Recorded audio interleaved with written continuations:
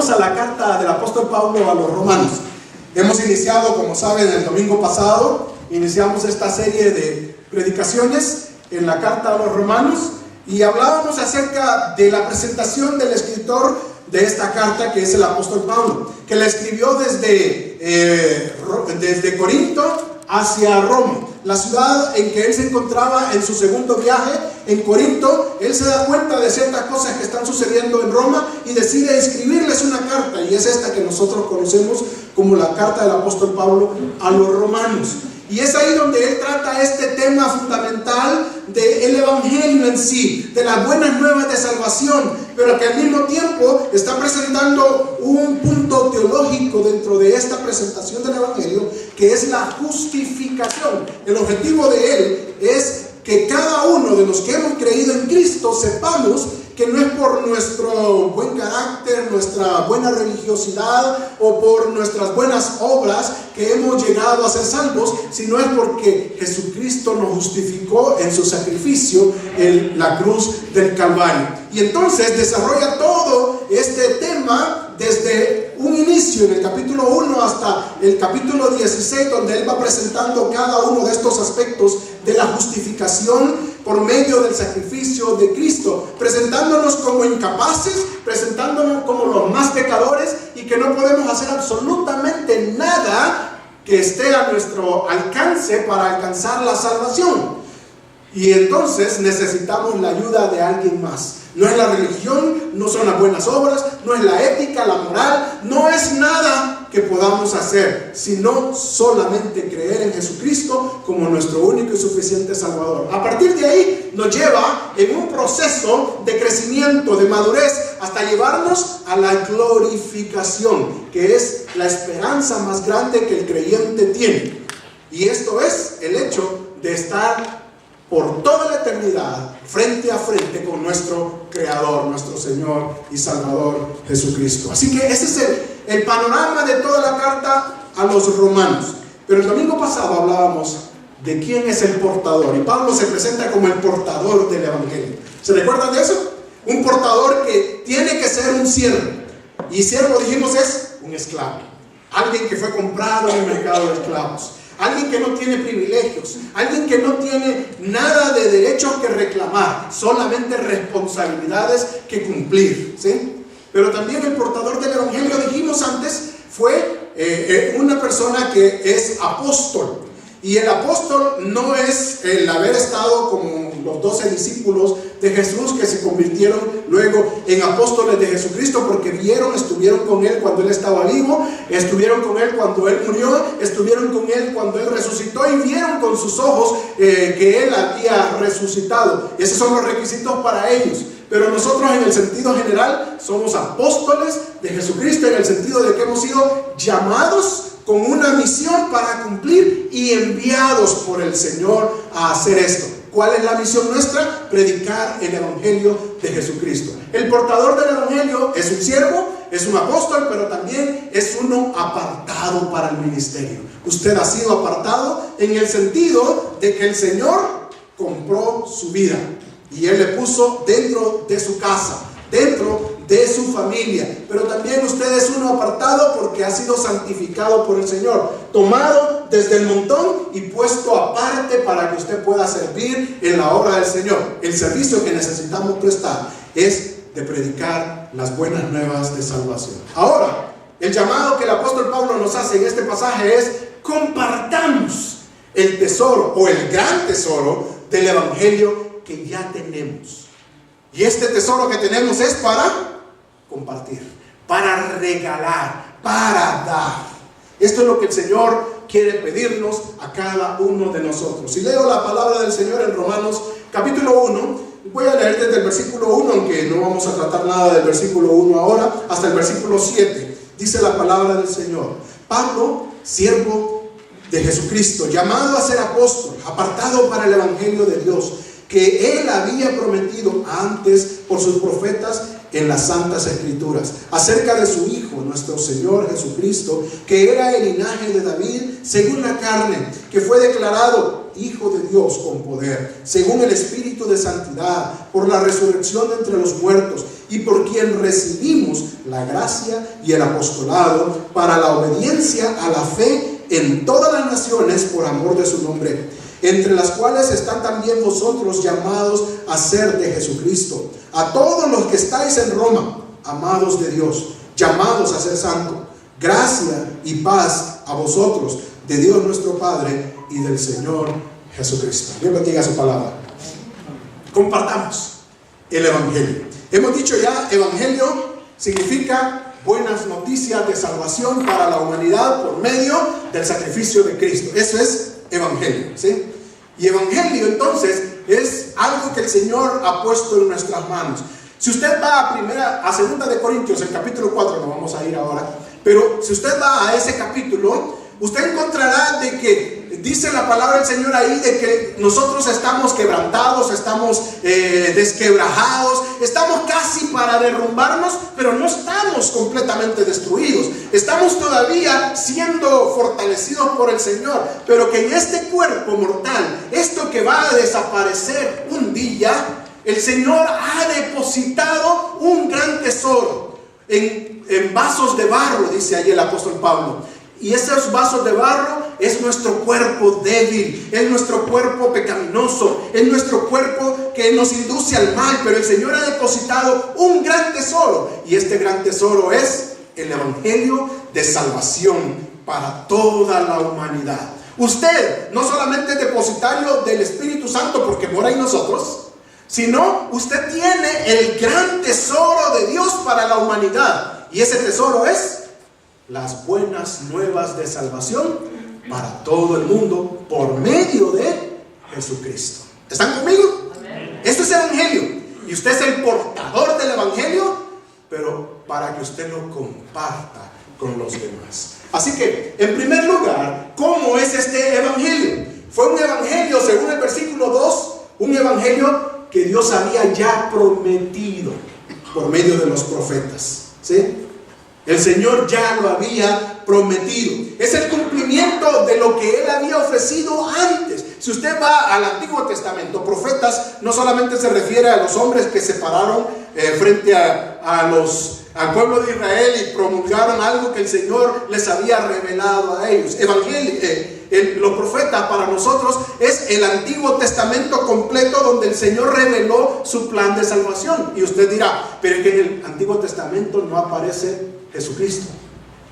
Y cuando usted va a la palabra del Señor en el Antiguo Testamento, usted se da cuenta que Jesucristo es el tema central, no solamente del Antiguo Testamento, sino de toda la Biblia, ¿sí? Desde Génesis capítulo 3 y versículo 15 usted encuentra a Jesucristo mencionado ahí desde un principio de la creación. Cuando el Señor le reprende a la serpiente y reprende a la mujer por haber inducido al hombre a pecar en contra de Dios, el Señor le dice, la simiente de la mujer llegará un día en que le aplastará la cabeza a la serpiente, pero la serpiente le herirá en el carcañal. Y allí es donde aparece, según los teólogos bíblicos, la primera mención del Evangelio de salvación para la humanidad, donde vendrá el Mesías, el Hijo de la mujer, que vendrá a este mundo y a través de su sacrificio en la cruz destripará la cabeza de la serpiente, dándole la sentencia final. Ya no puede continuar haciendo daño a la humanidad. Y ese es Jesucristo en la cruz, la simiente de la mujer. Así que vez tras vez en la palabra de Dios, Antiguo Testamentario, nos presenta a Jesucristo viniendo a este mundo para salvar, no con el nombre de Jesucristo, no con el nombre de Jesús, sino el Mesías esperado, el que el Señor enviaría para dar paz y salvación a aquellas personas que necesitaban esto. ¿Y quién necesita esto? Todos nosotros. Así que es el Evangelio que fue prometido por nuestro Dios. Vea lo que dice el versículo 2, que el Evangelio de Dios que Él había prometido antes por sus profetas en las santas escrituras. ¿Se recuerdan de Isaías 53? Es un pasaje bien común y bien famoso. Es el pasaje donde el profeta Isaías menciona al siervo sufriente, ¿sí? Que Él dice, llevará en su cuerpo todas nuestras maldades, todos nuestros pecados, y que llegará al sacrificio como un cordero inmolado que no dirá absolutamente nada, sufrirá todo, llevará sobre Él cada uno de nuestros pecados, de nuestras maldades, pero que el Señor, a través de ese sacrificio, nos dará a nosotros la oportunidad de entrar con libertad a su presencia por toda la eternidad. Ese siervo sufriente es el Mesías esperado, Jesucristo, nuestro bendito Salvador. El Evangelio que fue prometido por nuestro Dios. Así que es el cumplimiento de lo que el Señor había dicho que haría, y lo manifestó a través de ese niño que nació en un pesebre, de ese personaje que aparece en medio de la historia de la humanidad, predicando la palabra del Señor, y que aquellos se admiraban tanto de ver que un hijo de carpintero, uno que no había tenido que ir a la universidad, que tenía preparación académica, podía expresar tan fuertemente, tan válidamente, tan profundamente la palabra del Señor, que hasta se admiraban de su doctrina, se admiraban de su autoridad con que expresaba la palabra del Señor. El Señor cumplió lo que Él había prometido hacer. Enviaría al Mesías esperado. Evangelio que el Señor había prometido. Ese evangelio es el que necesitamos compartir, mis hermanos. Ese evangelio de buenas nuevas de salvación para toda la humanidad por medio de Jesucristo, que el Señor cumplió y lo tenemos registrado en su palabra y registrado en nuestro corazón si hemos creído en Cristo de todo corazón, es el que Dios pide que compartamos, ¿sí? Eso que el Señor cumplió por todos nosotros. Versículos 3 y 4 encontramos que es un evangelio que se basa en quién es Jesús. ¿Quién es Jesús? Versículos 3 y 4 dice: acerca de su Hijo, nuestro Señor Jesucristo, que era del linaje de David según la carne, que fue declarado Hijo de Dios con poder, según el Espíritu de santidad, por la resurrección de entre los muertos. ¿Quién es Jesús? Aquí, en este pasaje, el apóstol Pablo dice: Jesús es el que fue hijo de David, ¿sí? Ese que es descendiente de David, un descendiente desde la perspectiva humana de ese linaje real, de ese que podía ascender al trono. Toda la familia de David, a partir de que David pasó a ser parte o el rey de Israel, a partir de ese momento el Señor hizo pacto con David para decirle: todos tus descendientes ocuparán el trono de Israel. Esa es una promesa que el Señor hizo. Y Jesucristo es del linaje, de la simiente, de la descendencia de David. Por tal motivo, Jesús es el rey de Israel, ¿sí? Es con linaje real, capaz de gobernar a su pueblo. Y eso lo presenta aquí el apóstol Pablo. El evangelio que nosotros tenemos y que debemos de compartir con los demás es un evangelio que presenta quién es Jesús humanamente. Jesús es el rey que puede sentarse en el trono para gobernar. De hecho, cuando Él murió en la cruz del Calvario y resucitó, dice la palabra del Señor que Dios le puso en lo más alto. Después de haberle humillado tanto hasta la muerte, y muerte de cruz, dice, la peor muerte, el Señor le exaltó hasta lo sumo y le dio un nombre que es sobre todo nombre. Y le colocó en un lugar donde Él está sentado en el trono gobernando. Según el apóstol Pablo en Colosenses capítulo 1 dice que cuando llegó ahí a la presencia de su Padre, el Señor colocó todo lo que existía bajo sus pies, asignándole la autoridad, el dominio, el control de todo cuanto existe a Él. El apóstol Juan también menciona en su evangelio que el Señor ha dado a su Hijo la capacidad de juzgar todas las cosas. Él es el juez de todo, a partir de que Él es el rey. el descendiente de David, el que tiene la capacidad de demandarle a cualquiera, porque Él es el Rey de Reyes y Señor de Señores. Así que Él dice, ¿quién es Jesús? Humanamente hablando, Él es el que merece que usted y yo le obedezcamos. Él es el que merece que usted y yo le escuchemos y obedezcamos, ¿sí? Él es el que merece gobernar nuestra vida y ordenarnos qué es lo que necesitamos hacer. Si usted se recuerda del domingo pasado, nosotros somos los esclavos. Y un esclavo no demanda privilegios. Cumple órdenes sin poner pretextos. Y Él es el Rey que puede demandar de nosotros lo que sea, mis hermanos. Humanamente hablando, ¿quién es Jesús? Es el Rey de Reyes, el descendiente de la línea de reyes para toda la humanidad. Es el Mesías que pronto vendrá y se sentará en el trono terrenal para gobernar a todo el mundo por 1000 años. Jesucristo es el Rey de la humanidad, ¿sí? Pero divinamente hablando, también aquí en el versículo 4 dice de que Jesús fue declarado Hijo de Dios por medio de la resurrección de entre los muertos. Así que no solamente humanamente hablando, Jesús es de linaje real que gobierna, sino divinamente hablando, Él fue declarado ¿qué? Hijo de Dios. ¿Están conmigo? Amén. Él fue declarado Hijo de Dios. ¿Qué significa esto de ser Hijo de Dios?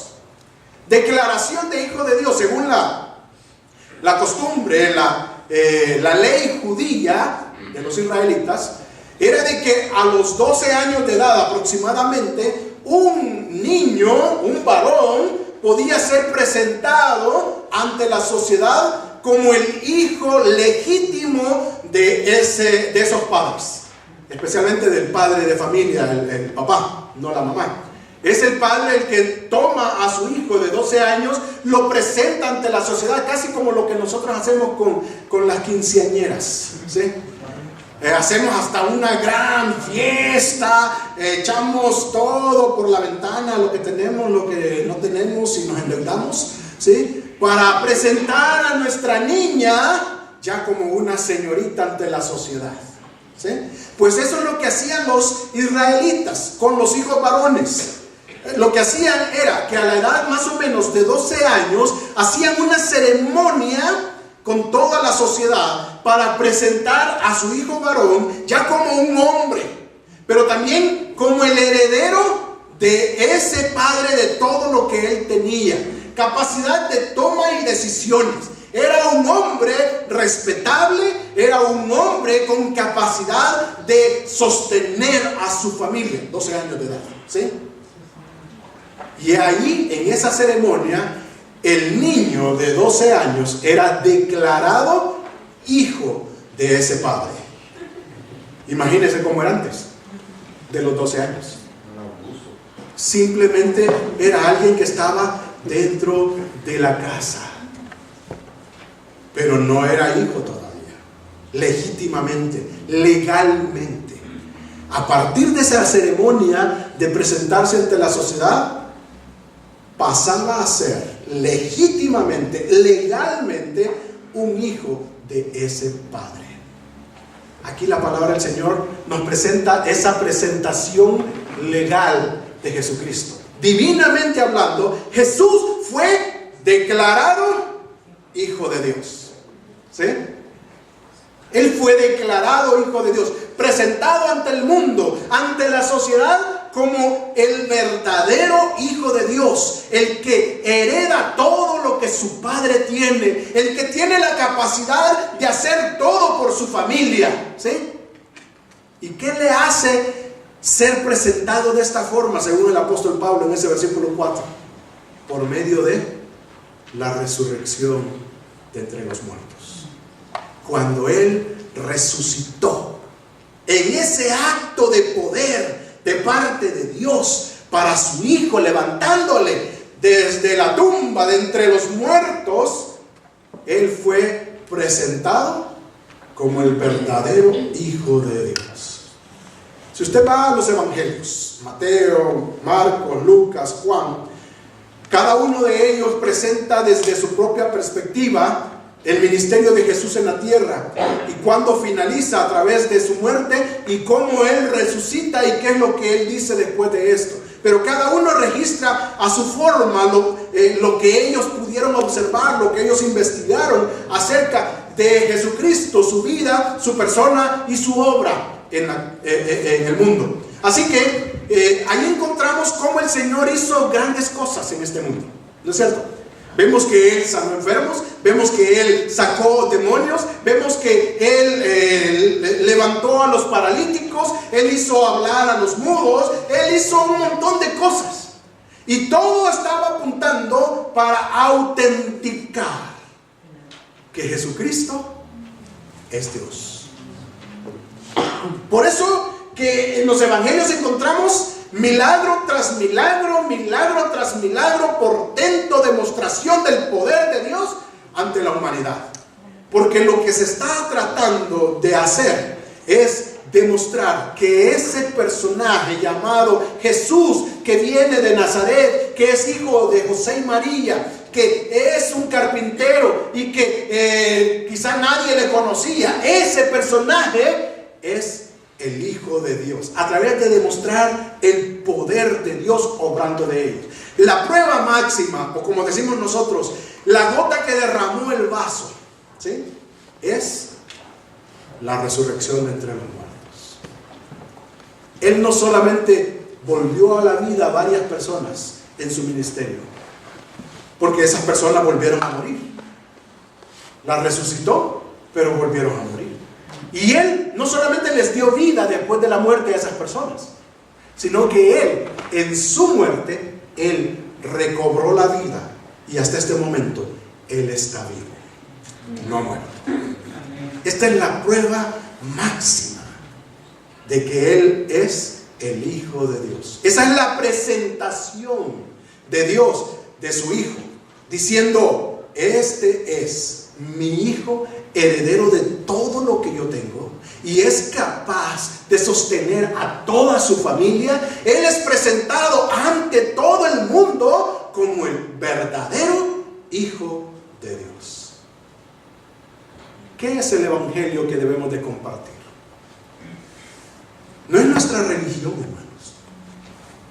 Como dije el domingo pasado, a veces confundimos el evangelizar, que presentamos el evangelio, decimos nosotros, diciendo cómo el Señor nos está cambiando a nosotros, mostrando nuestro estilo de vida. Mire que yo hice esto, yo hice lo otro, porque el Señor ahora me ha dado una perspectiva muy diferente. El Señor me ha rescatado de donde yo estaba. Yo antes hacía droga, yo antes fumaba, yo antes bebía, antes le era infiel a mi esposa, a mi esposo, antes yo hacía esto, hacía lo otro, pero ahora el Señor me transformó. Y creemos que esto es el evangelio. Pero si usted estaba pensando, así como lo digo, estaba equivocado. Yo espero que ahora se le abran los ojos. Espero que ahora se le quite el tapón de los oídos, ¿sí? Porque el verdadero evangelio de salvación no es su testimonio personal. El verdadero evangelio de salvación, las buenas nuevas de salvación, son acerca de quién es Jesús y lo que Él hizo. Amén. ¿Sí? Cuando usted predica a Jesucristo a los demás, usted está compartiendo este gran tesoro que el Señor nos ha dado. ¿Y quién es Jesús? Es el Rey de Reyes y Señor de Señores. Es ese hombre que apareció y que el Señor tuvo que mover a sus padres desde Nazaret a Belén, porque Él tenía planes para él, para confirmar de que Él es de la línea real. No escogió a cualquiera. Él consideró lo que había dicho antes por los profetas. Si usted se recuerda a los magos que llegaron del oriente, que algunos dicen que eran 3 porque presentaron 3 presentes a Jesucristo que había nacido, ellos le preguntaron a Herodes, si se recuerdan de eso, que a dónde sería el lugar, porque iban confundidos. iban preocupados por encontrar el lugar. Y cuando ellos llegaron ante Herodes, Herodes mandó a llamar a sus sabios y estos le dijeron dónde decían las escrituras que debía de nacer el Mesías, el rey de los judíos. Y le dijeron, aquí dice que en Belén de Judea. Estaba registrado ya. Él nacería en una ciudad específica. No es por casualidad, mis hermanos. Él está cumpliendo su palabra al pie de la letra. Pero está mostrándonos que no solamente tiene credenciales humanas para decir Él es el Salvador del mundo, sino también tiene credenciales divinas, diciendo el Señor mismo le presentó ante todo el mundo, declarándole su Hijo, el único Hijo de Dios, heredero de todo cuanto tenía, para que nosotros fuésemos salvos por Él. Necesitamos aprender a evangelizar, mis hermanos. La presentación del Evangelio no es cualquier cosa que usted va a ir a hablar, porque he escuchado aún gente hasta que a pelear se va con la gente y dicen de que eso es evangelizar. Recuerdo a mi maestro del seminario, el doctor Emilio Antonio Núñez, un hermano de teología, un hermano que realmente es de la vieja guardia, o era de la vieja guardia, creo que ya murió, ¿verdad? ¿Sí? Él nos decía de que en su tiempo, cuando él tenía que presentar en su tiempo el Evangelio, era de una forma muy diferente a como nosotros lo hacemos ahora. Porque en aquel tiempo la gente estaba tan arraigada al catolicismo romano que era un pleito, una discusión pública que se hacía, como lo hacían los romanos o los griegos en aquel tiempo en que Pablo estaba, que se paraban en las plazas y comenzaban a filosofar, y llegaba el evangelista y también comenzaba a hablar del evangelio y a discutir en público para que todo el mundo se diera cuenta. Esa era la forma que tenía el apóstol Pablo. Llegó al Areópago y ahí comenzó a hablar de lo que estaba a su alrededor para discutir con los sabios y poder presentar el verdadero evangelio. Y él nos decía, mire, en mi tiempo yo llegaba a los pueblos allá en El Salvador, decía él, y llegaba a la plaza, al parque. Se dan cuenta que en nuestros países el parque es el lugar central de todo el pueblo, y enfrente del parque está la catedral, la iglesia católica, ¿sí? Y está la alcaldía. Normalmente así es. Entonces todo el mundo acude al parque para irse a sentar ahí, para ir a jugar, para ir a jugar las cartas, a estar perdiendo el tiempo, tomando el sol, tomando el aire, estar discutiendo con los demás, platicando, gozándose. Entonces decía él, nosotros la estrategia que teníamos era llegar al parque y ahí con toda la gente que estaba en el parque comenzar a predicar el evangelio. Cuando comenzábamos a predicar el evangelio, el cura salía de la parroquia y se paraba en el atrio, allí en las gradas de la parroquia, y comenzaba él también a hablar el evangelio. Así que el predicador en el parque y el cura en las gradas de la parroquia, y desde ahí se gritaban uno al otro, la palabra de Dios dice, y el otro respondía, pero la palabra de Dios también dice, y comenzaban a decir, y todo el mundo oyendo. ¿Sí? Y después, cuando decía él, cuando uno le ganaba al cura del pueblo, entonces el cura pedía que todo el mundo agarrara piedras para apedrearlo. Y era, dice, patitas para que te quiero. ¿Sí? Pero él dice, esa era nuestra forma, ese era nuestro entorno, ese era lo que se presentaba en su momento para hacer. Pero los tiempos cambian.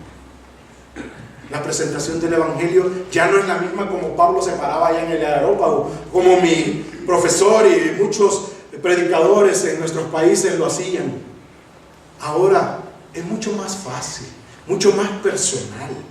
No nos apedrean, no nos persiguen, no nos dicen cosas como lo decían antes. Pero hermanos, todavía es necesario compartir el evangelio.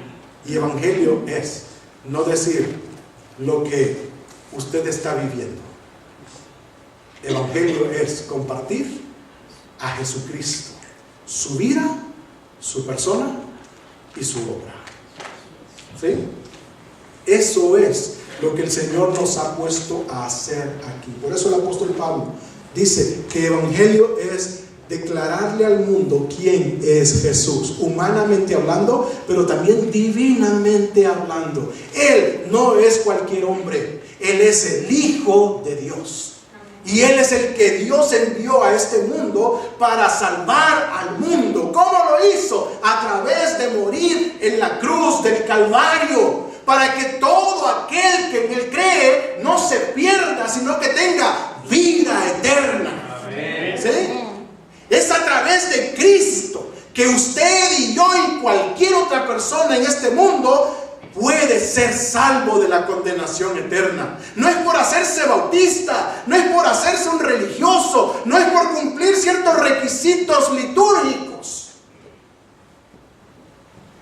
Es simplemente por abrirle la puerta de su corazón para que Él venga y more en su vida, porque Él no solamente es el Hijo de David, Él es el Hijo de Dios, el Mesías esperado, el que trae salvación y vida eterna a todo aquel que le recibe. El Evangelio es de quién es Jesús. Y esto es lo que necesitamos proclamar. Pero no solamente es el Evangelio prometido, no solamente es el Evangelio que habla acerca de Jesús, sino que es, versículos 5 al 7 nos dice que es el Evangelio que debe de ser vivido por sus seguidores. ¿Sí? Un Evangelio que debe de ser vivido por sus seguidores. Eso habla de testimonio, eso habla de un cambio de vida, eso habla de lo que el Señor está haciendo en nosotros. Pero esto es secundario a lo primero.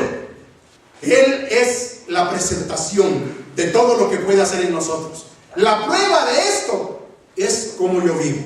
Y esto es lo que nos presenta versículos 5 al 7. Y dice el 5: y por quién, es decir, por Cristo, recibimos la gracia y el apostolado para la obediencia a la fe en todas las naciones por amor de su nombre, entre las cuales estáis también vosotros, llamados a ser de Jesucristo. A todos los que están en Roma, amados de Dios, llamados a ser santos, gracia y paz a vosotros, de Dios nuestro Padre y del Señor Jesucristo. ¿Se da cuenta? Primero Él dice ahí que esto es porque Él nos llamó para obediencia a la fe. ¿Sí? Para que obedezcamos a la fe. Y esta es una muestra, una demostración de lo que Cristo ha venido a hacer en nuestra vida. Pero esta es solamente una comprobación de lo que hemos hecho antes, de declarar a Jesucristo como nuestro único y suficiente Salvador. Luego de que hemos recibido el Evangelio de salvación, que es que Cristo vino a este mundo para salvarme, morir en la cruz del Calvario para salvarme, resucitar de la tumba y estar vivo para tener la esperanza de salvación en Él. Entonces yo obedezco a la fe. Y esto de obedecer la fe, mis hermanos, es esta fe que es el cúmulo de doctrinas bíblicas, no ocurrencias humanas como algunos dicen, ¿sí? Que las encíclicas papales son palabra de Dios, lo que el magisterio dice son palabras de Dios, que el libro de Mormón es palabra de Dios, que el Ku Klux Klan, ¿cómo que se llama? Se me fue el nombre. El libro de los musulmanes es palabra de Dios, el Corán es palabra de Dios, Corán, ¿sí? O el Popol Vuh es palabra de Dios, ¿sí? Y esto realmente estamos haciendo una declaración totalmente ajena a lo que Dios define que es el verdadero evangelio. Amén.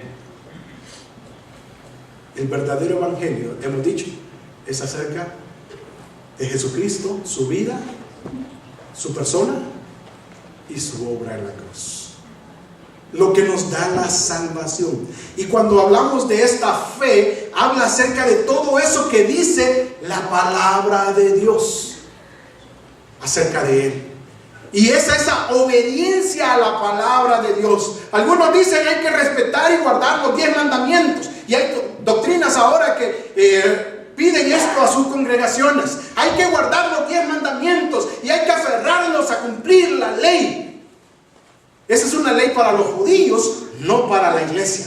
Y si usted va a Hechos capítulo 15, se da cuenta que los mismos apóstoles decidieron en el concilio de Jerusalén que en la iglesia no debía ser impuesta la ley de los judíos, porque no eran judíos los que habían creído en Cristo, eran gentiles. Así que no podemos nosotros demandar los 10 mandamientos. Y si demandamos los 10 mandamientos, nos quedamos cortos con lo que Dios quiere que cumplamos nosotros, la iglesia de Jesucristo. Porque para nosotros no se nos exige solamente la ley de los judíos. A nosotros se nos exige todo el consejo de Dios guardado en este libro sagrado, la palabra de Dios. Esa es la ley para nosotros. Eso es lo que Dios pide que guardemos. Esa es la fe para nosotros. Así que obediencia a la fe quiere decir aplicar nuestra vida a todo lo que Dios exige en su palabra. El Señor Jesús dijo, cuando estuvo aquí en este mundo y predicaba de la ley, Él decía: habéis oído decir que el que se acuesta con una mujer y es descubierto comete adulterio. Mas yo os digo, dando la interpretación, que cualquiera que mira a una mujer y la codicia en su mente, ya adulteró con ella. ¿Ves la diferencia? Es eso lo que Dios exige de nosotros. No solamente el acostarnos con alguien que no es nuestra pareja. Él lo que exige es pureza de mente y corazón. Y esto es testimonio, evidencia a este mundo de que Jesucristo es nuestro Salvador, de que Jesucristo es el que nos ha dado vida eterna. ¿Sí? Evangelio es también el demostrar, pero no el compartir esta experiencia mía, sino un respaldo, un poder moral que me da Dios para poder presentarme ante los demás y decir: el Señor quiere hacer algo contigo, porque Él lo está haciendo en mí. Pero ¿cómo lo va a hacer? Recíbele a Cristo, recíbele a Él de todo corazón como tu Salvador, y entonces Él comenzará a hacer lo que Él tenga que hacer en tu vida. Amén. Obediencia a la fe. Amén. Es lo primero que Dios exige de sus seguidores. Vivencia personal de la palabra de Dios. Pero también sigue diciendo ahí: en todas las naciones por amor, dice que esa obediencia a la fe debe de hacer. Debe de ser obediente a la fe en todas las naciones por amor. No solamente en Denver, sino también cuando usted va a México, de regreso allá a visitar a sus familiares. ¿Sí? También cuando usted va de vacaciones. No va de vacaciones del Evangelio, va de vacaciones de su trabajo. Pero usted sigue siendo un hijo de Dios. No solamente cuando está en el templo, también cuando va a trabajar. ¿Sí? Allá en el lugar de trabajo, usted debe de presentarse como un obediente a la palabra de Dios a todas las naciones, por amor a Jesucristo. Y esto no es solamente para los adultos, es también para los jóvenes, para los niños. Todos aquellos que hemos decidido un día creer en Jesucristo como nuestro único y suficiente Salvador, nos hemos convertido en portadores del Evangelio. Y como portador del Evangelio soy llamado a obedecer la fe en Jesucristo en todas partes del mundo donde me encuentre. Debo de hacerlo por amor a mi Cristo. ¿Sí? Estamos en un mundo donde tendemos a diluir la vida cristiana. Cuando nos conviene nos presentamos como cristianos. Cuando no nos conviene, ni queremos subir la mano. No queremos mostrar la Biblia. No queremos decir a qué nos dedicamos los domingos, pero la palabra del Señor nos exige que una comprobación de este evangelio al mundo, de que Cristo puede cambiar vidas, de que Cristo está aquí abierto sus brazos, recibiendo a cualquiera con amor, con decisión, con deseos de que todo el mundo sea salvo por Él, es que usted viva el evangelio en su vida, obedeciendo la fe de Cristo, por amor a Jesucristo en todas partes donde se encuentre. Pero versículos 6 y 7 dice que también hemos sido llamados a ser santos. Oigan bien esa palabra, es una palabrota enorme, ¿sí? Santos. Aunque no nos veamos tan santos, ¿no es cierto? Somos santos. Hemos sido llamados a ser santos. Y este llamado es permanente. La expresión ahí es un presente continuo. El llamado que el Señor nos hace es continuamente a mantenernos santos, ¿sí?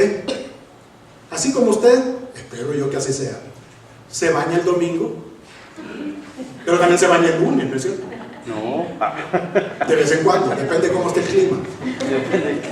Pero así como se baña domingo y lunes, también se baña martes, se baña el miércoles, se baña el jueves, se baña el viernes y el sábado. Y llegamos a la siguiente semana y seguimos con la misma costumbre, ¿no es cierto? Espero yo que así sea. Pero es eso mismo lo que el Señor quiere que hagamos como responsables, demostrarnos al mundo de que Él está haciendo algo en nosotros porque creímos en el evangelio. Esto que yo vivo diariamente es una comprobación nada más al mundo de que Jesucristo es capaz de salvar a la humanidad, de que Jesucristo es capaz de hacer cambios en la persona, de que Jesucristo es capaz de limpiarme constantemente, de que Jesucristo es capaz de poder mantenerme en pie ante este mundo donde me tienta Satanás, donde me impulsa a ser en contra de Dios, pero decididamente me presento ante Él para honrarle, para agradarle, para vivir para Él. Llamados a ser santos. Amén. Y a restregarnos bien con esos pastes, ¿sí? Que restregan, que quitan la mugre, que utilizamos jabón, a veces hasta lejía, para quitarnos todas las manchas y dificultades que podamos tener.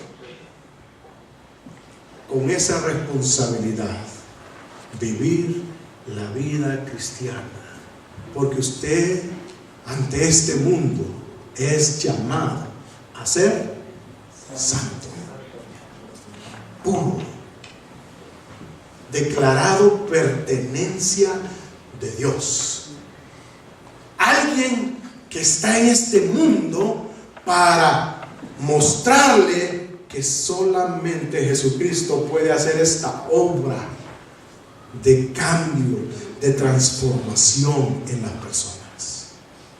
¿Se da cuenta la gran responsabilidad de ser portador del evangelio?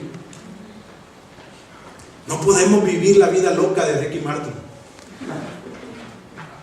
No podemos vivir irresponsablemente en este mundo, ¿sí? Con un pie en el mundo y un pie en la iglesia, sirviendo al Señor los domingos y entre semana haciendo lo que querramos. No podemos. Estamos atados a algo más valioso, porque usted y yo tenemos este gran tesoro que el Señor ha depositado en cada uno de nosotros, el santo evangelio de salvación para toda la humanidad. Y esto exige declararlo, compartirlo a los demás tal y como está en la palabra de Dios, pero también mostrarle al mundo, si se puede, el Señor está haciendo algo grandioso en mi vida, el Señor está haciendo cambios radicales en mi vida, ya no pienso como pensaba antes, actúo diferente a como estaba pensando antes, hago las cosas no pensando en mí, en mi familia, las hago pensando en agradar al Señor.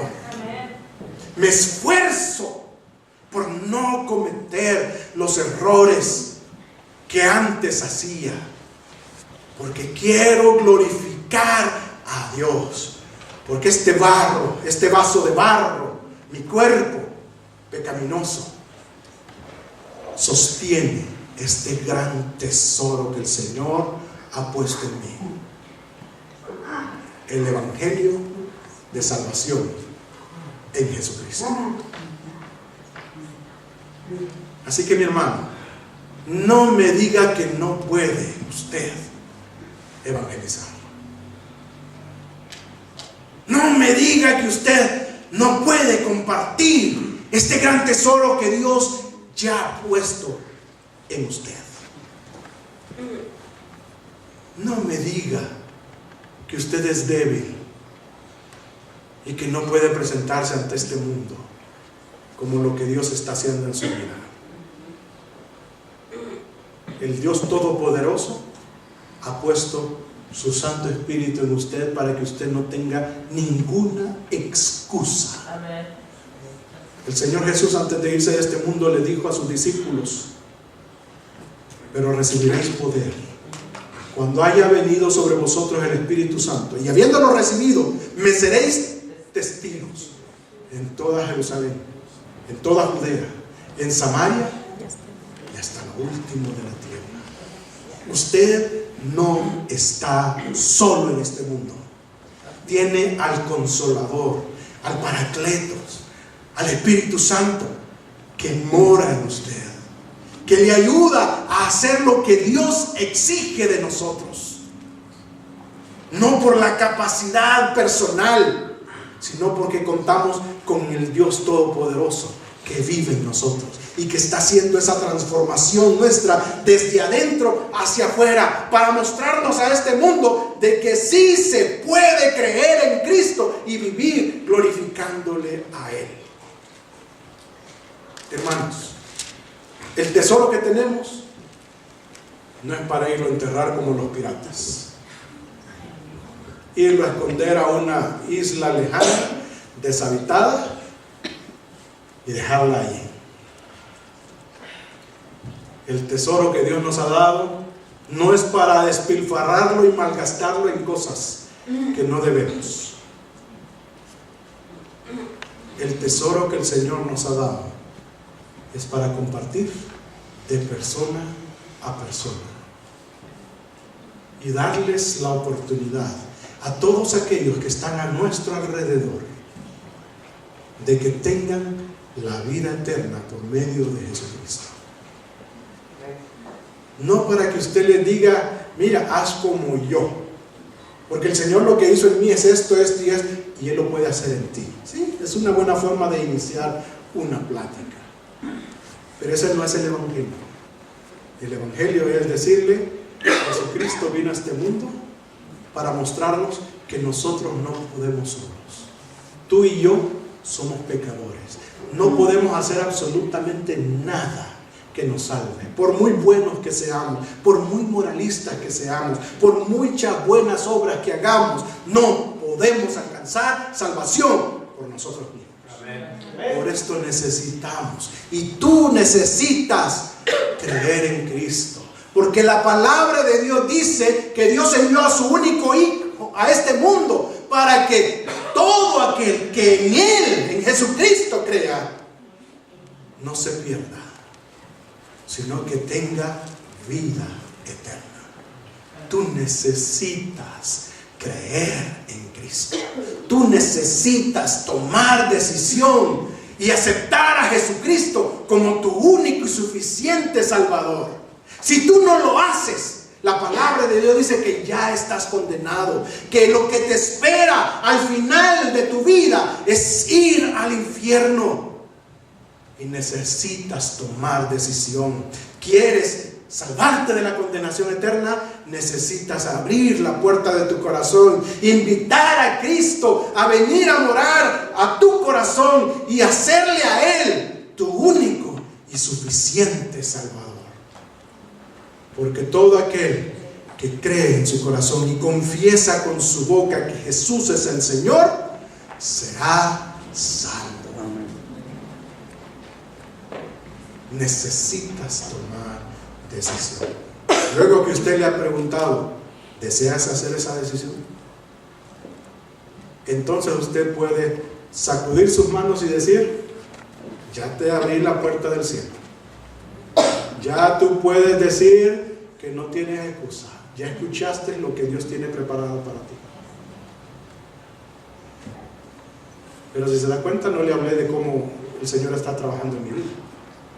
Esa solamente es una comprobación a los demás. Lo que usted y yo necesitamos compartir es lo que Cristo vino a hacer a este mundo, desde que nació hasta que resucitó. Y decirle, tú necesitas invitarle a entrar a tu corazón. ¿Quieres hacerlo o no? Por eso yo hoy termino esta prédica preguntándoles, hermanos. Yo les invito a cerrar sus ojos, a que clamen al Señor. Yo quiero preguntarte a ti, que quizás has aprendido a ser religioso, que quizás has aprendido a hacer cosas dentro de la iglesia, pero que nunca has hecho decisión personal, consciente, racional, por Jesucristo como tu único y suficiente Salvador. Si tú te encuentras hoy aquí y todavía no tienes a Jesucristo en tu corazón como tu único y suficiente Salvador, tú necesitas hoy tomar decisión. Hoy mismo. No lo dejes para más tarde, porque nadie sabe cuál es el futuro que tenemos de aquí en adelante. El Señor tiene nuestras vidas en sus manos y Él la puede quitar en cualquier momento. Pero necesitamos afianzarnos de la vida eterna lo más pronto posible.